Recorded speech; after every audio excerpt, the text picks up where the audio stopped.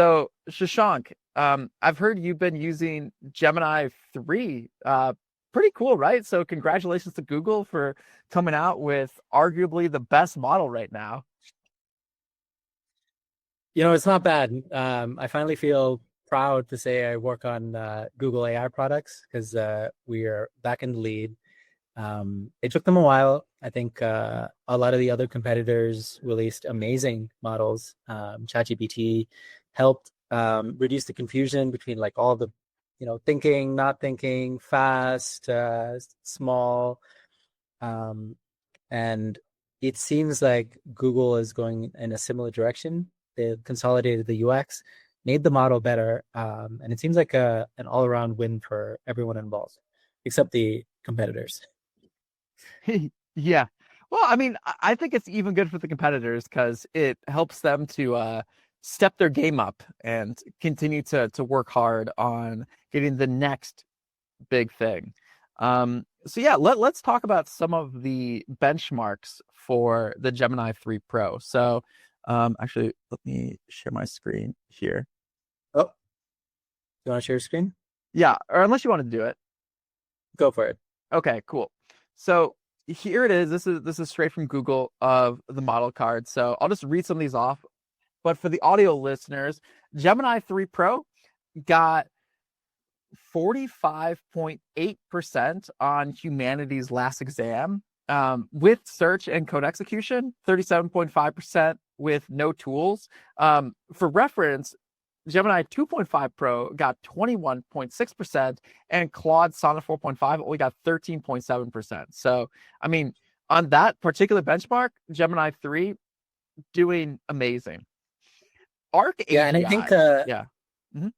go ahead. I was just going to chime in about ArcAGI, but so to our listeners, the reason why this one is important is because this is an attempt to produce a set of tests that is a true indication of intelligence compared to all the other tests, which you know could just be fancy autocomplete based on questions you might find online about um, high school standardized tests or college tests. And so this one, Humanities Last Exam, I believe, is similar to ArcAGI, which contains a lot of reasoning tests, which are getting harder and harder because these LLMs are saturating and kind of beating all of the other benchmarks, getting 90 something percent or 100 in some cases. So now we're coming up with new benchmarks, and two of those are Humanities Last Exam and ArcAGI 2. Yes. And I mean, it's pretty amazing that the best model in the world right now only gets 31.1% on Arc AGI, where a lot of these other benchmarks, I mean, it's getting close to 100%, right? I mean, there's only so much you can do, but Arc AGI is still in the 30s. So, I mean, it's improving. It's actually improving pretty quickly. And I'm excited to see what it'll do on Arc AGI 3, which is even harder. So I know we've talked about Arc AGI in the past, but this is a benchmark that I really keep my eyes on because it's just not academic thinking. So it's kind of like an IQ test where you're looking for patterns. So the whole idea of Arc AGI was to find something that was easy for humans but hard for AI.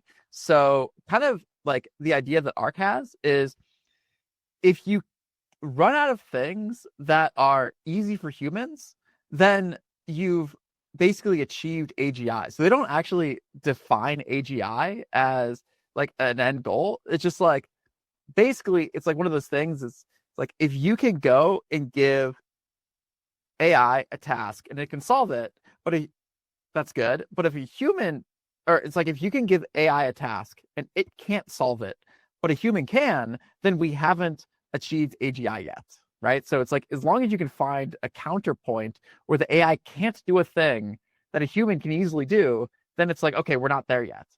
So Arc AGI is basically just like a big test of all the things that are easy for humans but hard for AI. And then once we're able to make it where there's a test where we can't think of anything else, then AGI has been achieved just by default.